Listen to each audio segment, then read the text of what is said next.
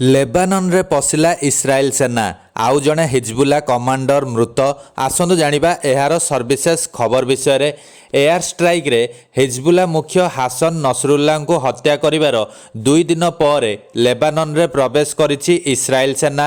ଏହି ଅପରେସନ ବେଳେ ହିଜବୁଲାର ଆଉ ଜଣେ କମାଣ୍ଡରଙ୍କର ମୃତ୍ୟୁବରଣ ହୋଇଛି। 2 ଜଣ ଆମେରିକୀୟ ଅଧିକାରୀ ଗଣମାଧ୍ୟମକୁ କହିଛନ୍ତି ଯେ ଇସ୍ରାଏଲ ପ୍ରତିରକ୍ଷା ବାହିନୀ ଲେବାନନ ସୀମାରେ ଥିବା ହିଜବୁଲା ସ୍ଥାନଗୁଡ଼ିକୁ ଧ୍ୱଂସ କରିବା ପାଇଁ ଛୋଟ ଛୋଟ ଅପରେସନ ଆରମ୍ଭ କରିଛି। ଇସ୍ରାଏଲ ହିଜବୁଲାର ସେଣ୍ଟ୍ରାଲ କାଉନସିଲର ସଦସ୍ୟ ଆତଙ୍କବାଦୀ ନାଲିଫ କାୱେକଙ୍କୁ ନିପାତ କରିଛି। ଇସ୍ରାଏଲ ଏକ ଛୋଟ ଧରଣର ସୀମାପାର ଅପରେସନ କରିଥିବା ବିଷୟରେ କୁହାଯାଉଛି। ପ୍ରାୟ 60,000 ବିସ୍ଥାପିତ ଇସ୍ରାଏଲବାସୀଙ୍କୁ ସ୍ୱଦେଶ ଫେରାଇ ଆଣିବାର ଲକ୍ଷ୍ୟ ହାସଲ କରିବା ପାଇଁ ହିଜବୁଲାଙ୍କୁ ନିପାତ କରିବା ଇସ୍ରାଏଲ ପାଇଁ ଯଥେଷ୍ଟ ହେବ ନାହିଁ ବୋଲି ଅଧିକାରୀମାନେ କହିଛନ୍ତି। ହିଜବୁଲା ଶନିବାର ନିଶ୍ଚିତ କରିଛି ଯେ ଦକ୍ଷିଣ ବେରୁତରେ ଇସ୍ରାଏଲର ଏୟାର ଷ୍ଟ୍ରାଇକ୍ରେ ଏହାର ନେତା ସୟଦ ହାସନ ନସରୁଲ୍ଲା ନିହତ ହେବା ପରେ ମଧ୍ୟପ୍ରାଚ୍ୟରେ ହଇଚଇ ସୃଷ୍ଟି ହୋଇଛି।